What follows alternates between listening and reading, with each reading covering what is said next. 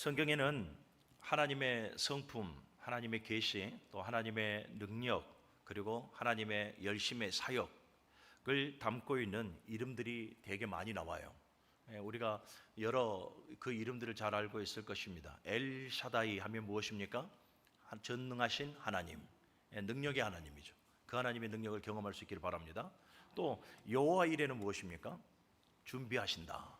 여호와께서 준비하신다. 또 여호와 니시, 여호와는 나의 깃발, 승리를 쟁취해 주신 하나님. 여호와 샬롬, 평강의 하나님. 그리고 또 여호와 라, 나의 목자 되시는 하나님. 또 여호와 치드케누라고 해서 공의 하나님, 정의 하나님. 이렇게 하나님은 하나님의 성품이나 그분의 능력과 사역, 또 그분의 어떤 계시 등을 나타낼 때에 이와 같은 이름들을, 명칭들을 사용하죠.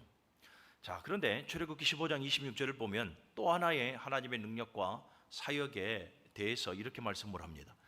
이르시되 너희가 너희 하나님 여호와의 말을 들어 순종하며 내가 애굽 사람에게 내린 모든 질병 중 하나도 너희에게 내리지 아니하리니 나는 너희를 치료하는 여호와임이라. 치료의 하나님 여호와 라파입니다. 여호와 라파, 이 라파라는 단어는 낫게 하다라는 의미를 가지고 있는데, 그런데 이 라파, 단순히 육신의 질병을 낫게 하다라는 데에서 멈추지 않습니다. 물론 그 범주 안에는 들어가죠. 그래서 여호와 라파, 치료의 하나님이 저와 여러분들의 모든 질병과 약함을 하나님께서 치료해 주실 줄로 믿습니다. 그런데 보다 더 깊은 뜻이 있습니다. 그 깊은 뜻 중에 하나가 뭐냐면 상한 심령의 그 상처를 싸매 주시다라는 의미가 있습니다. 그리고 또 깨진 것을 회복시키다라는 의미도 있고, 무너진 것을 온전하게 세우다라는 의미도 있으며, 죽은 것을 살리다라는 의미까지도 있습니다.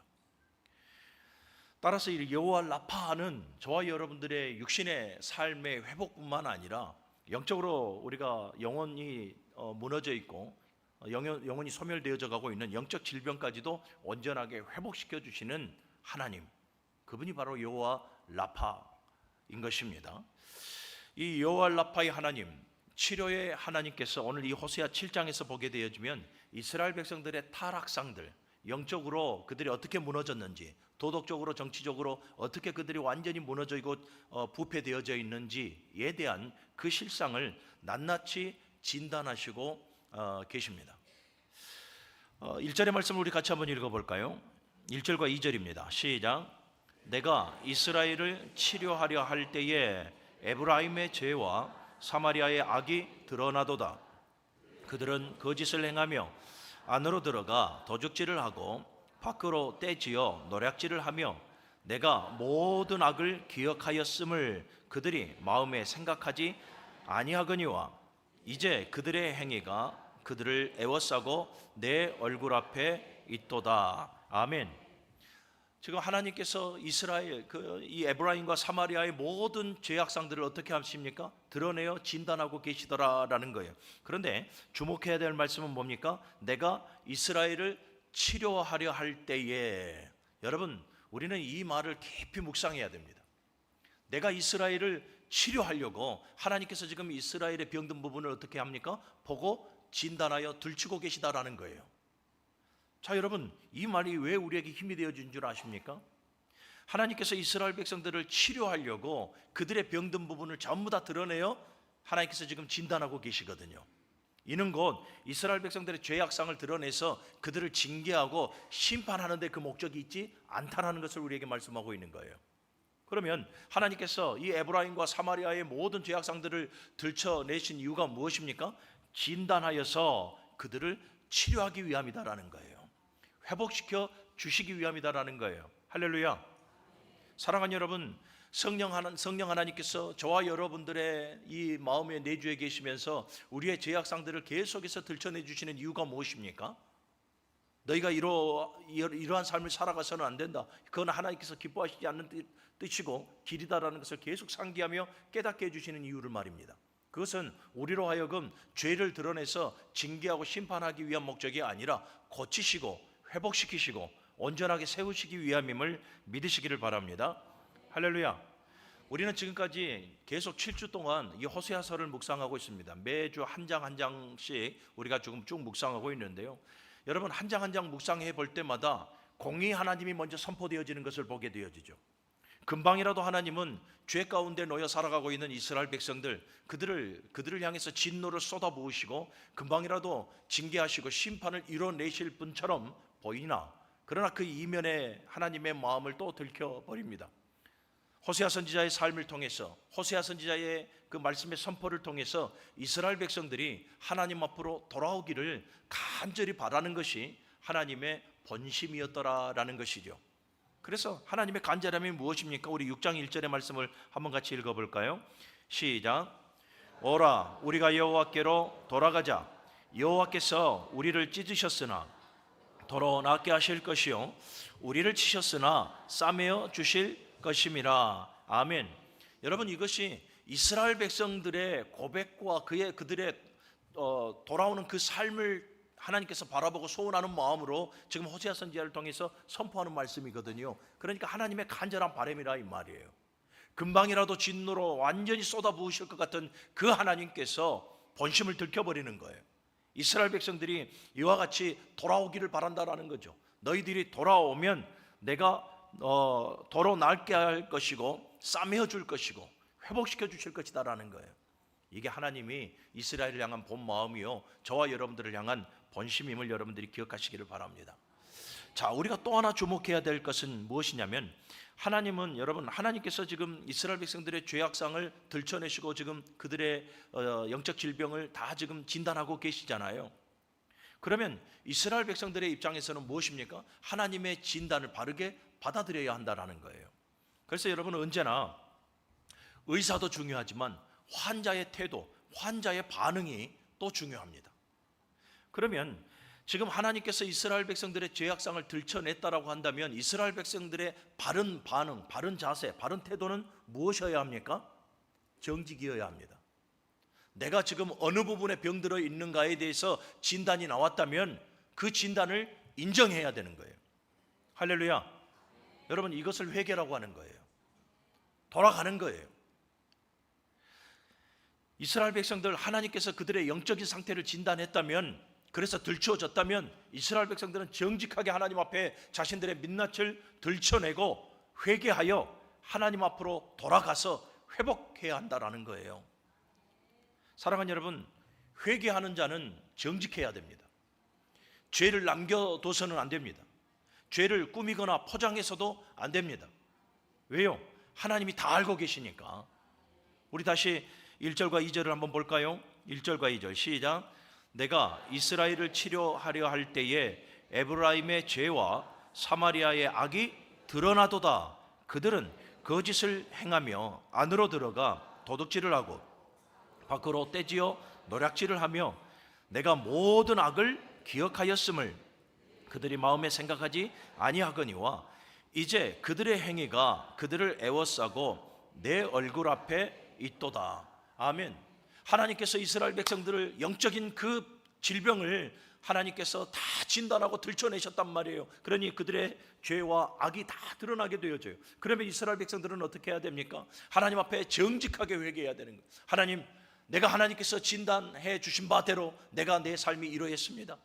내가 모든 죄악의 열매 가운데 삶을 살아왔습니다. 하나님 앞에 정직하게 고백해야 되는데, 오늘 이스라엘 백성들의 행태를 보니까 그들이 그 모든 악을 내가 기억하였다라는 것을 마음에 두지 아니하였다라고 말을 하고 있어요. 2절을 보십시오. 내가 모든 악을 기억하였음을 그들이 마음에 생각하지 아니하거니와.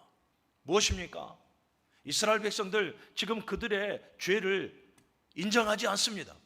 그들의 죄를 지금 포장하고 그들의 죄를 감춥니다. 하나님께서 모르실 거야. 우리가 지금 지었던 이 은밀한 죄에 대하여 여호와 하나님은 모르실 거야. 계속해서 포장합니다. 계속해서 꾸미고 감추더라라는 거예요. 그러나 사랑하는 여러분, 오늘 하나님께서 1절과 2절에서 보니까 뭐라고 말씀하고 있습니까? 너희들의 죄악상이 다 드러났도다. 내가 너희들의 모든 악을 기억하였다. 하나님은 계속해서 우리를 진단하시면서 우리 안에서 계속 울림을 줍니다. 너희들의 모든 죄악상이 드러났다. 너희들의 모든 죄악상을 내가 기억하고 있다. 그러니 뭐 하라는 것입니까? 너희들 정직하게 하나님 앞에 고백하라. 정직하게 하나님 앞에 회개하라라는 거예요. 그런데 지금 이스라엘 백성들의 자세를 보니까 하나님은 모르실 거예요. 그들의 죄를 인정하지 않습니다. 사랑하는 여러분, 인간의 간사함이 여기에 있는 것 같습니다. 인간은 나와 관계되어져 있는 그 상대를 속이고 때로는 내 자신도 속이며 살아갑니다. 그러나 사랑하는 여러분, 전능하신 하나님은 결코 속일 수 없다는 것을 믿으시기를 바랍니다. 하나님은 우리의 그 부끄러운 민낯 그대로를 하나님께서는 다 아시고 드러내시고 기억하고 계신 분임을 믿으시기를 바랍니다. 우리는 언제나 하나님 앞에 정말 바르고 정직하게 살아가야 될 이유가 바로 여기에가 있는 것입니다. 여러분, 다윗을 보십시오.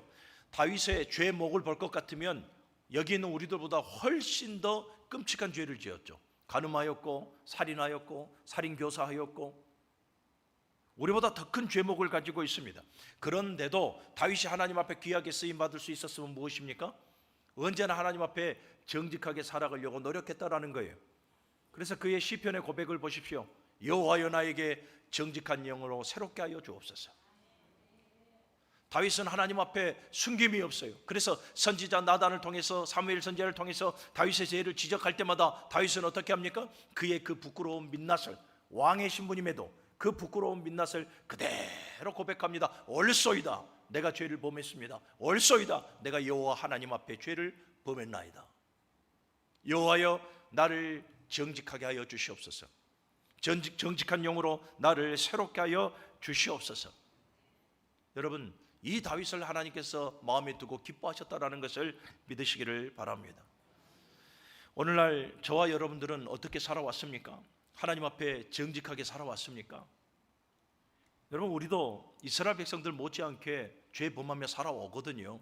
이스라엘 백성들처럼 탐욕에 젖어서 살아오고, 이스라엘 백성들처럼 음란하고, 이스라엘 백성들처럼 사랑한다, 우리는 형제자매다라고 말하지만 서로 용서하지 못하며 살아와요.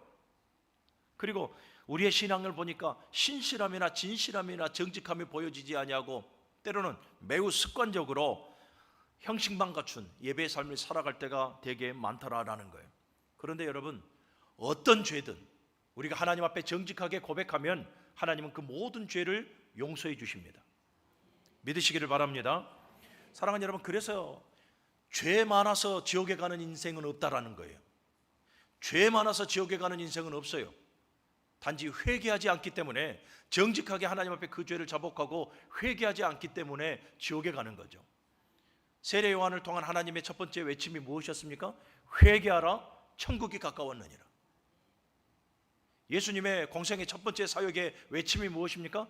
회개하라, 천국이 가까웠느니라. 구약의 모든 선지자들을 하나님께서 파송하시면서 이스라엘 백성들에게 던졌던 메시지가 뭡니까? 말씀으로 돌아오라, 하나님께로 돌아오라라는 거예요. 돌아오라라는 것이 무엇입니까? 회개예요, 회개. 하나님 앞에 돌아오되 제발 너희들이 철저하게 부서진 죄인이라는 것을 너희들이 고백하고 하나님 앞에 숨김없이 정직함으로 회개하여 돌아오라라는 것입니다. 사랑하는 여러분, 우리는 하나님 앞에 정직하게 살아가야 됩니다. 우리가 하나님 앞에 감히 꾸밀 수 있고 포장할 수 있는 것 없습니다. 하나님 앞에 감출 수 있는 것 아무것도 없습니다. 우리가 우리의 부끄러운 그 민낯을 하나님 앞에 정직하게 고백하면 하나님께서는 은혜의 옷으로 우리를 입혀주셔서 우리의 모든 수치와 부끄러움들을 가리워 주신다는 것을 믿으시기를 바랍니다. 그런데 우리의 의지를 가지고 그 우리의 죄악상과 스스로의 부끄러움이나 스스로의 모든 수치됨을 스스로가 가려보려고 하니까 늘 삶 속에 그 부끄러움과 수치가 그대로 드러날 수밖에 없는 거죠. 아담과 하와가 무엇을 입고 살았다고요? 보기에는 아무것도 걸치지 않았습니다.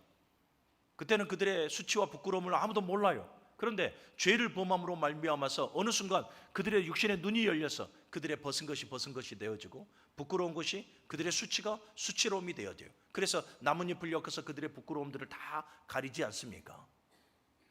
은혜의 죄로 말미암아 하나님의 은혜의 옷이 거쳐지니 수치와 부끄러움이 드러나는 거거든요.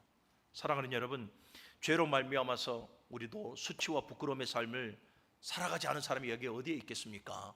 그런데 우리가 하나님 앞에 정직하게 아뢰면, 정직하게 그 은혜를 구하면 하나님께서 우리를 용서하시고 은혜의 옷을 덧입혀 주심으로 말미암아 우리의 그 수치스럽고 부끄러운 모든 삶들을 하나님께서 은혜의 옷으로 가리워 주시는 거죠. 우리 그 은혜로 지금 살아가고 있는 거거든요. 오늘 본문을 보면 하나님은 겉으로 멀쩡해 보이지만은 그 내면을 진단해 보시니까 완전히 썩어 냄새나는 이스라엘 백성들, 그 썩어 냄새나는 이스라엘 백성들의 그 신앙적 행태, 그 행태를 네 가지 비유로 하나님께서 살펴보시면서 영적으로 좀 진단을 내리고 있어요. 그 첫 번째가 우리 7장 1절의 말씀을 4절의 말씀을 한번 볼까요? 4절입니다. 시작. 그들은 다 가늠하는 자라 과자 만드는 자에 의해 달궈진 화덕과 같도다. 그가 반죽을 뭉침으로 발효되기까지만 불 일으키기를 그칠 뿐이니라. 아멘. 첫 번째 진단이 뭐냐면 달궈진 화덕과 같다라는 거죠. 화덕이라고 하는 것이 무엇입니까? 빵을 굽기 위한 그냥 가마, 이 정도로 여러분들이 생각하셔도 될 겁니다. 그런데 달궈진 화덕이라고 말을 하고 있어요. 빵 굽는 자가 밤새도록 그 화덕을 달궜다라는 거예요. 이 달궜다라는 의미가 무엇입니까? 뜨겁다라는 거잖아요. 열기를 의미하고 열정과 열심들을 의미해요. 그런데 지금 이스라엘 백성들의 이 열기, 이 열정, 이 열심은 하나님께서 기뻐하시지 않는 열심이고 열정이에요. 좋은 열심이 아니에요. 선한 열심이 아니에요. 계속해서 그들을 진단하는 것을 보았을 때에 그들에게 숨겨진 죄악들이 있더라라는 거예요. 그게 무엇입니까? 바로 음란이고 탐욕이고 권력욕이고 명예욕들이에요. 하나님의 영광을 위해서 하나님의 그 선한 뜻을 쫓아 열심과 열정을 내어 살아가야 될 이스라엘 백성들이 전혀 그 열정과 그 열심은 없어요. 신앙적인 열심, 영적인 열심은 보여지지 아니하고 오직 그들의 탐욕과 탐심과 음란과 그들의 권력욕에 벌겋게 달아올라 있더라라는 거예요. 호세아 시대의 상황을 좀 볼 필요가 있을 것 같아요. 호세아 시대의 상황을 좀 보게 되었지만 이 여로보암 2세 가장 막강한, 북이스라엘에 있어서 가장 막강한 시대거든요. 그런데 그 막강한 시대에 이 여로보암 2세가 죽고 난 이후에 30년간 북이스라엘은 엄청난 죄악 가운데 살아가게 됩니다. 이 북이스라엘 말기로 향하게 되어지는데 이 말기 때에 여러분 보십시오. 반역으로 말미암아서 정권이 계속해서 반복적으로 찬탈이 되어져요. 6명의 왕들이 세워지고 그 중에 4명이 암살이 되어집니다.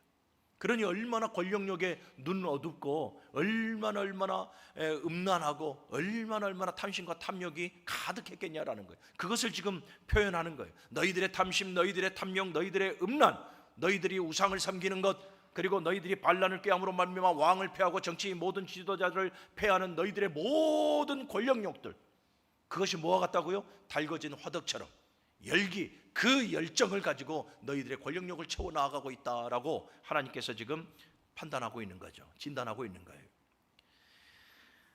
그래 지금 이스라엘 백성들이 이러한 통제불능의 상태가 되어져 버린 거예요. 잘못된 열심, 잘못된 자기 열정. 이스라엘 백성들의 모습이 그러하더라라는 거죠. 또 우리 또 읽어볼까요? 8절의 말씀을 한번 또 같이 읽어봅시다. 시작. 에브라임이 여러 민족 가운데에 혼합되니 그는 곧 뒤집지 않은 전병이로다. 또 이스라엘의 상태를 진단하니 뒤집지 않는 전병과 같다라는 거죠. 그냥 여러분들이 쉽게 이해를 돕기 위해서 전병 그냥 부침개로 생각하십시오. 뒤집지 않는 부침개와 같다라는 거예요. 여러분 후라이팬에 기름을 칠하고 이 부침개를 붙여놓으면 한편이 익었다 싶으면 어떻게 됩니까? 뒤집어줘야죠. 그러면 고루고루 익을 건 아니에요. 그렇죠? 그런데 뒤집지 아니하고 그 상태로 그대로 놔버리면 밑에 이 후라이팬에 되어져 있는 부분은 어떻게 됩니까? 결국 새카맣게 타버리고 반대쪽은 어떻게 되어져요? 그 밀가루가 설익잖아요. 지금 이스라엘 백성들이 그와 같은 상태라는 거죠. 그러니까 신앙의 균형이 전혀 맞지 않아요. 하나님 앞에 나와서 절기를 지키고 살찐 숫소를 가지고 와서 제사를 지내고 아름다운 목소리로 하나님을 찬양하고 보여지는 데 있어서는 전혀 문제가 되어지지 않는데 이사야서 1장을 보니까 여호와의 마당만 밟을 뿐이라고 말씀을 해요. 그들의 신앙의 행태를 보니까 전혀 하나님께서 기뻐하시지 않는 그러한 신앙의 상태예요. 자 보십시오. 저는 이렇게 한번 의역을 해볼게요. 지금 한쪽은 탔어요. 한쪽은 설익고요. 지금 이스라엘 백성들이 그래요. 그들이 권력욕에 취해서 그들이 명예와 탐심과 탐욕과 이 음란과 우상을 쫓는 그 모든 그 삶에 취해 있어서 완전히 새까맣게 타들어갈 정도로 세상을 향한 자신의 탐욕을 이루는 그 열심은 있는데 완전히 새까맣게 타들어가도록, 그런데 하나님을 향한 정체성이나 하나님을 향한 열정이나 신앙의 열심은 설익은 날반죽과 같은 상태가 되어져 있다는 거예요. 균형이 맞지 않는 거죠. 하나님은 저와 여러분들을 향해서 세상의 삶을 살아가지 말라라고 말하지 않습니다. 세상 속에서도 빛의 정체성을 가지고 소금의 사명을 감당하는 그리스도인이 되어라라고 말씀을 하죠. 그래서 여러분, 우리는 주님 오시는 그날 때까지 이 세상의 삶을 매우 균형 있게 살아가야 됩니다. 세상 속에서도 착한 행실을 통해서 하나님의 영광을 드러내야 되고, 우리 교회 안에서도 정말 하나님의 그 선하신 뜻을 이루고 하나님의 나라를 세워 나아가는데 열심을 내야 되죠. 균형이 잡혀 있어야 한다라는 거예요. 자, 그런데 이스라엘 백성들 보십시오. 자신들의 정욕과 탐욕과 자신들의 욕구를 채우기 위해서는 여러분 새까맣게 타들어가도록 그 열기와 열정을 가지고 살아가는데, 정작 하나님의 백성으로서 정체성과 하나님의 말씀에 순종하고 그 거룩한 삶을 살아가는 데에는 설익은 반죽의 상태가 되어져 있더라라는 거죠. 신앙이 성장하지 않아요. 오늘 이 모습 여러분들이 깊이 한번 묵상해 보시기를 바랍니다. 제가 결론적인 부분에 가서 말씀을 드리겠으나 어쩌면 이 모습이 또한 우리들의 모습이지 않겠냐.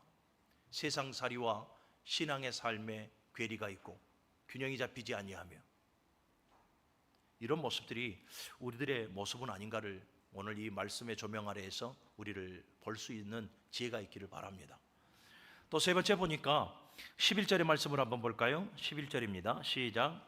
에브라임은 어리석인 비둘기 같이 지혜가 없어서 애굽을 향하여 부르짖으며 아수르로 가는도다. 하나님께서 이스라엘을 또 진단해 보니 어리석은 비둘기와 같다라는 거예요. 여기서 어리석다라는 이 포타라는 단어는 이 단순하다, 어리석다라는 의미도 있지만 바보 같다라는 의미도 있고 더 심하게는 멍청하다 이런 의미도 있어요. 그러니까 지금 이 비둘기가 먹잇감을 주는 대로 따라가요.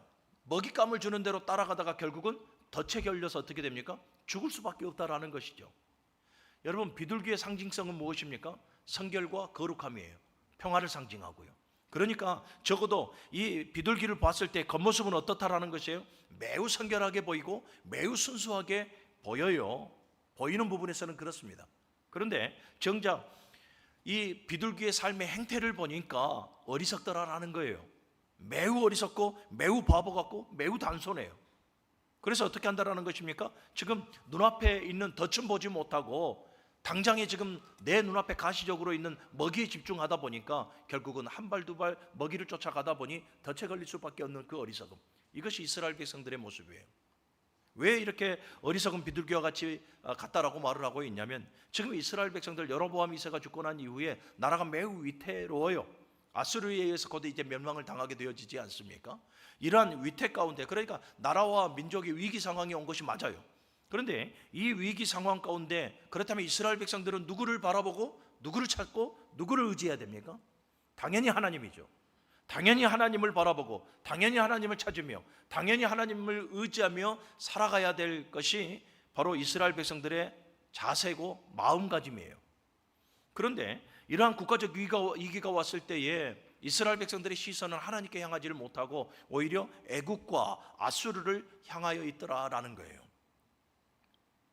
문제의 원인, 그 문제의 원인을 하나님께서 드러내셨는데도, 진단해 주셨는데도, 하나님 앞에 정직하게 회개하여 하나님 앞으로 돌아오면 되는데도 하나님을 찾지 아니하고 의지하지 아니하고 도리어 아수르와 이 애굽을 의지하더라. 강대국을 지금 의지하고 있는 거예요. 강대국의 눈치만을 보고 있더라라는 거죠. 사랑하는 여러분, 지금 우리나라의 한번 실태를 잠깐 한번 봐볼까요? 너무나 감사하게 하나님께서 1800년대 후반에 선교사님들을 통해서 복음이 우리나라에 들어왔고, 너무나 감사하게도 복음의 뿌리를 내리고 우리나라는 기독교 국가라 말할 정도로 기독교 정신으로 뭉친 나라가 되어졌습니다. 그래서 종교적으로나 또 정치적으로나 경제적으로 보면 정말 세계의 유례를 찾아볼 수 없을 정도로 우리나라가 굉장히 성장했지 않습니까? 예전에 6.25 이전에는 여러분 6.25 이전과 이후에 잠깐을 보게 되어지면 에티오피아, 지금 살지 못하는 아프리카 한 나라잖아요. 그 에티오피아에게도 지원을 받는 나라가 우리나라였다라고 해요. 그런데 하나님께서 복음을 우리나라에 주셨고 그 복음의 능력으로 말미암아 변화되어진 모든 자들, 그리고 성경의 가치관을 가지며 살아가는 그 기독교 정신으로 말미암아 학교가 세워지고 병원이 세워지고 경제가 세워지고, 그래서 우리나라가 이렇게 부국강성하게 되어졌거든요. 저는 요즘에 우리나라가 이렇게 드러내고 있는 것을 보면서 안타까움이 드러나요. 우리나라는 핵을 가진 북한이 있고 그 위에는 핵을 가진 러시아가 있고 그 옆으로는 핵을 가진 중국이 있습니다. 그리고 오른쪽은 언제나 우리나라와 민족성이 좀 다른 일본이 있고요. 그리고 우리나라 최우방국이라고 말하는 미국이 있습니다. 그런데 여러분 보십시오.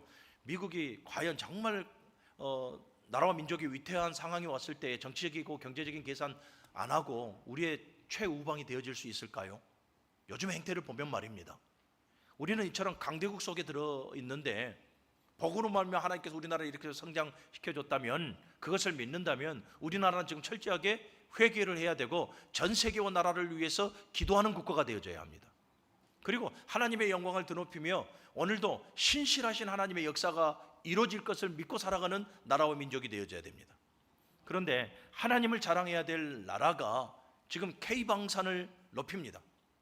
자주포가 어떻고 미사일이 어떻고 K방산을 자랑하고 있고 경제를 자랑하고 있고 코스피 코스닥을 자랑하고 있고, 어느 누구도 하나님께서 이 나라를 지키시고 보호해 주셨고 앞으로도 하나님께서 이 나라를 하나님께서 쓰임받는 아름답고 복된 나라로 하나님께서 항존해 가실 것이다 선포하는 사람들이 보여지지가 않습니다. 여러분, 이 행태가 무엇입니까? 의지하는 거잖아요. 눈치를 보는 거잖아요. 러시아의 눈치를 보고 중국의 눈치를 보고 일본의 눈치를 보고 오늘 지금 이 북이스라엘과 똑같은 행태를 취하고 있다라는 거예요. 그럼에도 우리나라는 여러분 소망이 있으면 우리 무능교육교 성도들이 있기 때문에, 나라와 민족을 위해서 기도하는 성도들이 있기 때문에 우리나라는 소망이 있는 줄로 믿습니다. 지금 이 북이스라엘이 그래요. 하나님을 찾고 하나님을 의지하고 바라보고 하나님 앞에 방법을 구하며 치료의 방법을 구하며 살아가야 될 이 이스라엘 백성들, 나라와 민족의 절대적 위기 가운데에서도 하나님을 찾지 않습니다. 자신들의 부끄러움들을 감추고 포장하려는데 급급하고 애국과 아수르의 눈치를 바라보고 정략적으로 그들에게 다가가는 그들의 모습. 그래서 하나님께서 12절에 이렇게 말을 하죠. 우리 12절의 말씀을 같이 읽어보겠습니다. 시작. 그들이 갈 때에 내가 나의 그물을 그 위에 쳐서 공중에 새처럼 떨어뜨리고 전에 그 회중에 들려준 대로 그들을 징계하리라. 아멘. 하나님께서 이처럼 그들의 병든 모든 것들을 진단하여 들춰냈음에도 이들이 하나님 앞에 정직하게 살아가지 아니하고 하나님을 찾지도 않아요. 그러니 하나님께서 어떻게 하신다라는 것입니까? 나의 그물이에요. 나의 그물을 그 위에 쳐서 공중의 새처럼 떨어뜨리고 전에 주의 종들을 그들에게 파송시켜 들려준 대로 그들을 징계할 것이다. 그들을 심판해 버릴 것이다 라고 하나님께서 지금 선포하고 있다라는 거예요. 사랑하는 여러분, 이스라엘 백성들은 지금 하나님을 찾지 않고 의지하지 않고 하나님을 바라보지 않고 그들의 짧은 지식을 가지고 애굽이나 아수르에 의해서 외교 정책을 펼쳐나가고 있는 중이거든요. 그런데 여러분, 이것이 어리석은 비둘기와 같은 거죠. 지금 눈앞에 보이는 먹이를 쫓아 한 걸음 한 걸음 가지만 결국은 아수르에 의해서 멸망당해버리는 그 덫이 놓여있는 그 길을 이스라엘이 가고 있더라라는 거예요. 사랑하는 여러분, 전능하신 하나님을 바라보십시오. 그분을 의지하십시오. 그분은 언제나 우리를 선한 길, 의의 길, 옳은 길, 생명의 길로 인도하시는 분이십니다. 그래서 여러분, 하나님께 소망을 두고 하나님을 바라보고 어리석은 비둘기가 아니라 정말 성결한 비둘기의 삶을 살아가는 성도가 되시길 바랍니다. 16절을 또 보겠습니다. 시작. 그들은 돌아오나 높으신 자에게로 돌아오지 아니하니 속이는 화살과 같으며 그들의 지도자들은 그 혀의 거친 말로 말미암아 칼에 엎드러지리니 이것이 애굽 땅에서 조롱거리가 되리라. 아멘. 이스라엘 백성들을 진단해 보니 또 하나의 병이 나옵니다. 속이는 화살과 같다라는 거예요. 화살이라고 하는 것은 여러분 무엇을 향해서 쏘게 되어집니까? 관역을 향해서 쏘게 되어지죠. 관역이라고 하는 것은 여러분 목표가 있는 거예요. 그냥 화살만 있는 것이 아니라 시위를 떠났을 때에는 목표, 곧 관역을 향해서 날아가는 것이거든요. 이스라엘 백성들, 하나님께서 그들을 화살 삼고 그들을 쏘았다라는 거예요. 목표가 있는 거죠. 그 목표가 뭡니까? 거룩한 제사장의 나라예요. 하나님의 거룩한 제사장의 나라, 하나님의 영광을 드러내고 하나님의 뜻을 온 만방 가운데 선포함으로 이스라엘 백성들을 통해서 온 열방이 복을 받도록 하는, 하나님의 영광을 드러내도록 하는 그 신령한 목표가 언약 백성이었던 이스라엘 백성들에게 있는 거예요.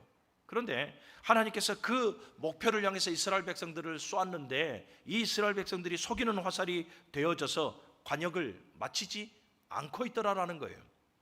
속이는 화살, 구부러진 화살, 부러진 화살, 이런 표현들이 나오는데 결국 여러분 이 속이는 화살은 관역을 향해서 도달해 갈 수가 없는 거예요. 이스라엘 백성들, 자격 없는 그들을 택하셨고 하나님께서 언약을 맺어 주셨고 그들의 걸음걸음을 인도하여 주심으로 말미암아 하나님 영광을 드러내는 그 관역의 길로 하나님께서 인도하고 계시는데 이들은 속이는 화살이 되어져서 그 관역, 그 목표에 도달하지 못하고 있더라. 이것을 하나님께서 지금 진단하셔 들춰내고 있더라라는 거예요. 사랑하는 여러분, 저와 여러분들도 모두가 다 하나님께서 설정하신 목표가 있습니다. 사람의 제일됨의 목적은 하나님을 영화롭게 하는 것이고 하나님을 기쁘시게 하는 거예요. 곧 하나님의 영광을 드러내는 삶이죠. 무엇을 먹든지 마시든지 무엇 하든지 간에 하나님의 영광을 드러내라. 그래서 저는 저희 두 아들에게도 늘 신앙 안에서 가르칠 때에도 딱 하나만 가르칩니다. 너희들이 세상에서 무엇을 잘되고 못되고 이게 중요한 것이 아니라 어떤 포지션에 있든 하나님의 영광을 위해서 살아가라. 하나님께서 인정해 주시는 그 삶이 결국 성공한 삶이고 승리하는 삶이기에 제가 우리 자녀들 그렇게 가르치고 있습니다. 지금 이스라엘 백성들 하나님의 목적에서 완전히 벗어나 신앙을 잃어버리고 사명을 잃어버리는 그런 불량품과 같은 활이 되어져 있더라라는 거예요. 이것을 지금 하나님께서 진단하고 계시더라라는 겁니다. 결국은 이들이 정직하게 하나님을 찾지 아니하고 돌아오지 아니함으로 말미암아 선지자를 통해서 예견하신 심판, 그 심판이 결국은 이루어질 수밖에 없고 BC 722년에 결국 아수리에 의해서 북이스라엘은 완전히 멸망당하게 되어져 버립니다. 사랑하는 여러분, 우리는 이 호세아 7장을 통해서 우리 내면에 우리 영적인 모든 상황을 진단하시는 하나님의 음성을 들어야 합니다. 오늘 북이스라엘 백성들처럼 우리도 우리 안에 육신의 정욕과 안목의 정욕과 이생의 자랑을 탐하는 탐심의 열심으로 말미암아 달궈진 그런 화덕과 같은 삶을 살아가고 있지는 않습니까? 오늘 저와 여러분들 종교적인 모양은 있어요. 누가 봐도 아름답고 신실해 보입니다만은 말씀에 순종하지도 않고 오히려 세상살이에 더욱더 치중해 새카맣게 타버린 뒤집지 않는 전병과 같은 모습의 삶을 살아가고 있지는 않습니까? 또 위기 때마다 하나님을 의지하고 바라보고 끝까지 나를 항존해 가시는 그 하나님의 놀라운 은총을 기대하며 살아가야 될 성도가 사람을 바라보고 물질을 바라보고 세상을 의지하며 살아가는 그 어리석고 바보 같은 비둘기와 같은 모습은 아닙니까? 하나님의 영광이라는 그 하나님의 선하신 뜻이라는 그 관역이 우리에게 있어 우리를 제사장의 나라로 세워주셨는데 그렇다면 그 관역을 향해서 날마다 신실하게 하나님의 인도하심을 받아 그 관역을 향해서 걸어가야 될 우리가 속이는 화살처럼 오늘도 제멋대로 살아가고 있지는 않습니까? 여러분, 오늘 이 하나님의 네 가지 진단은 비단 이스라엘 백성들을 향한 진단만이 아니라 오늘을 살아가는 저와 여러분들을 향한 하나님의 진단이죠. 말씀은 여러분 호세아 선지자 때나 지금이나 살아 운동력이 있는 말씀임을 믿으시기를 바랍니다. 그러니 오늘 이 말씀은 여러분 오늘 저와 여러분들을 진단하는 말씀이다라는 것을 여러분들이 기억하시고 우리가 어떻게 반응해야 됩니까? 이미 저는 서두에 말씀을 드렸습니다. 하나님의 진단 안에 놓여있는 환자라면 그 모든 질병들을 들춰내셨다면 우리는 하나님 앞에 정직하게 반응해야 됩니다. 숨기지 마십시오. 꾸미지도 마시고 포장도 하지 마십시오. 여러분, 숨기고 꾸미고 포장한다라는 것이 무엇입니까? 내 핑계예요. 합리성이죠. 그래서 계속해서 관용으로 살아가지 못하고 있는, 관역을 향해서 살아가지 못하고 있는 나를 포장하고 나를 합리화시키는 거예요. 그런데 여러분, 하나님은 다 아신다 그랬잖아요. 그러니 여러분들의 모든 고백들, 모든 삶들을 들춰내시고 진단하신 그 하나님 앞에, 오늘 그 말씀 앞에 우리 하나님 정직하게 살아갈 수 있는 성도가 되어주시길 바랍니다. 이것이 우리가 회복하는 길이고, 이것이 우리가 사는 길이며, 이것을 가르쳤을 때 우리 자녀들이 살아나게 되는 겁니다.